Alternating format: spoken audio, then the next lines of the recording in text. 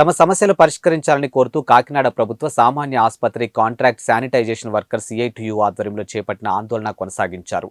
ఈ సందర్భంగా సిఐటియు నగర అధ్యక్షుడు పలివేల వీరబాబు మాట్లాడుతూ కోవిడ్ సమయంలో ప్రాణాలు పణంగా పెట్టి సేవలు అందించినటువంటి జీజీహెచ్ శానిటైజేషన్ వర్కర్కు ప్రభుత్వం నుండి ఒక్క రూపాయి కూడా పారితోషికం అందలేదని అన్నారు. ఇద్దరు కార్మికులు మరణిస్తే ప్రభుత్వం నుండి ఏ విధమైన సహాయం ఆయా కుటుంబాలకు అందలేదని వాపోయారు. ఇప్పటికైనా అధికారులు స్పందించి కార్మికుల న్యాయమైన డిమాండ్స్ పరిష్కారం చేయాలని కోరారు. ఇక లేని పక్షంలో సిఐటియు అనుబంధ సంఘాలను కూడా ఆందోళనకు తీసుకొస్తామని అన్నారు. ఇక కార్మికురాలు అనురాధ మాట్లాడుతూ తాము గత 10 ఏళ్లుగా జీజీహెచ్ లో కాంట్రాక్టర్ శానిటైజేషన్ వర్క్ గా పనిచేస్తున్నామని అన్నారు. ఇక యజమానులు చెల్లించవలసినటువంటి పిఎఫ్ వాటా కూడా కార్మికుల జీతాలకు నుండే కత్తిరించడం గతంలో జరగలేదని అన్నారు. ఇక ప్రస్తుతం ధరలు విపరీతంగా పెరగడం వల్ల జీతాలు సరిపోక ఇబ్బందులు పడుతున్నామని ఆవేదన వ్యక్తం చేశారు. ఇక తక్షణమే జీతాలు పెంచాలని డిమాండ్ చేశారు. ఈ కార్యక్రమంలో సిఐటియు జిల్లా కోశాధికారి మలక వెంకటరమణతో పాటు యూనియన్ నాయకులు తదితరులు పాల్గొన్నారు. ప్రభుత్వ సామాన్య ఆసుపత్రుల్లో శానిటేషన్ వర్కర్స్ గత 7 రోజుల పైగా ఆందోళన నిర్వహించడం జరుగుతుంది. ముఖ్యంగా పెరిగిన ధరలకు అనుగుణంగా శానిటేషన్ వర్కర్స్కి జీతాలు పెంచాలని, కనీస వేతనం 26,000 రూపాయలు అమలు చేయాలని సిఐటిగా డిమాండ్ చేస్తూ ఉన్నాం. కృష్ణా కన్స్ట్రక్షన్స్ ప్రైవేట్ కంపెనీ పేరుతో 2021 జూన్ నుండి జీజీహెచ్లో శానిటేషన్ నిర్వహణ కాంట్రాక్ట్ పొంది ఉన్నారు.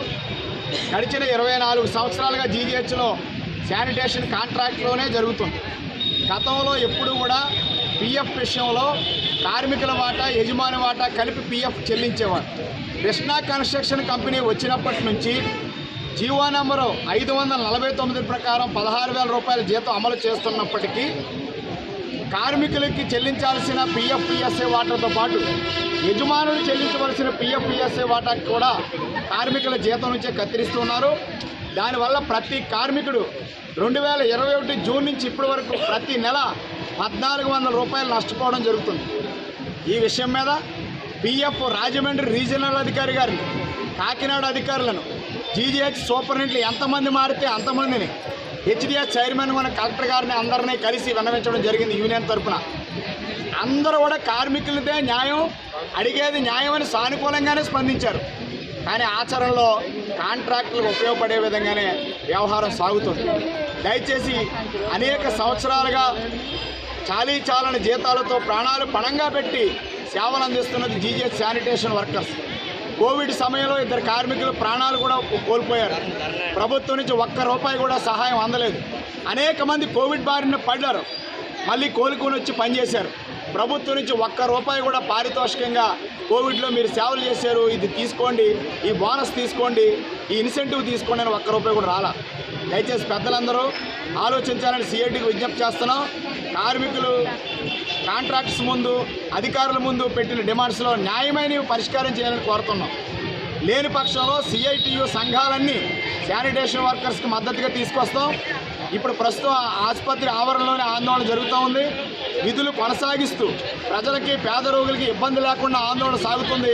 రేపు రాబోయే రోజుల్లో ఆందోళన తీవ్రతరం అయితే ఆసుపత్రుల్లో కొన్ని ఇబ్బందులు ఎదురవుతాయి.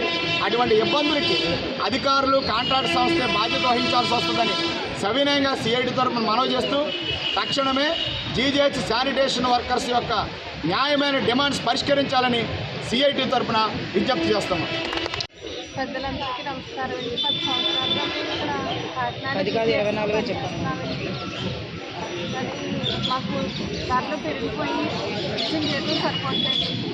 జీతాలు పెరిగి పిఎఫ్ ఏమో 2 పక్కల మా దాంట్లోనే కట్ చేస్తున్నారు.